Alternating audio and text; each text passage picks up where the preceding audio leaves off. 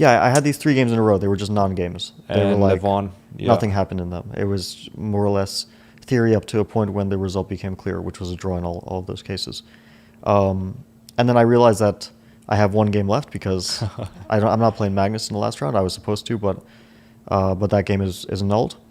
So I had this last game against Hans, and I was like, I need to at least make some sort of attempt to make an impact in the tournament, whatever that may be. He started off with c4 and you replied e5, knight c3, bishop b4, knight d5, a5. That was more or less a sideline, which probably gives, let's say, the objective advantage out of the opening to white. Was that the strategy? I mean, we were checking in the morning, and for about 10 seconds we checked a5. Like literally, I'm not exaggerating. It was about 10 seconds that we kind of discussed this move, and that was the preparation for. Was that the whole thing?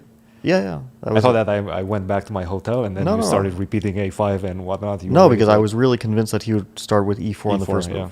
c4 came as a surprise. I understood that it was possible. That's why I decided on this line, and okay, I'll play it. It's a game in any case, and knew the very basic ideas about what I'm looking for, and then he played well b4. I mean, he knew the line. Well, maybe didn't know the line, but he had an idea of what to do in this line.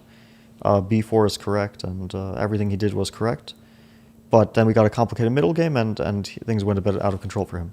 Absolutely. And when did you feel like you're completely taking over? You got some material advantage at some point, but it felt like he's sort of coming back into the game, or you made this decision of taking on d4 and setting the game on a path towards the end game. How did you make that decision? No, I thought after queen b4, I'm firmly in the driver's seat, but it's also very complicated. And then he gave me a chance. I think it was a very smart, practical decision to play queen d2 by him, to go into endgame, because I had little time, and basically 99% chance I think someone takes on d4. It's a very tempting decision. Yeah. It's just like you have either a position where you have no risk and let's say 50% chance to win, or maybe you have 55% chance to win, but you start to take on additional risk that things go out of control if you keep the queens on. So I just barely considered other moves besides queen d4. To me, it was difficult not to do this. And we went into an endgame where I think it's very difficult to win.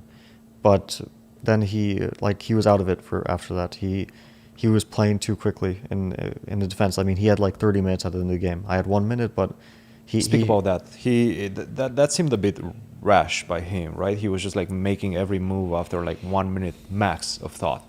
He was trying to put a lot of pressure on your clock, similar to what Maxime did as well, but Maxime's position was a bit easier to handle. Were you surprised about his strategy?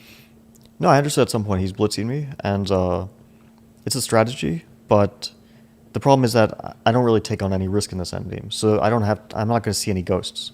There's no way to really scare black in this position, because there's no way that black can ever lose. So at some point you just need to sit down and make the tough decision to calculate and try to secure a draw, rather than just blitzing, because then he's in the same time situation as I am. He's playing with 30 seconds to 1 minute a move, and that's what I'm doing. Then he's not utilizing his main advantage, which is the one on the clock, where he can use that time to outcalculate me. So that was just very impulsive, bad decision making on his part.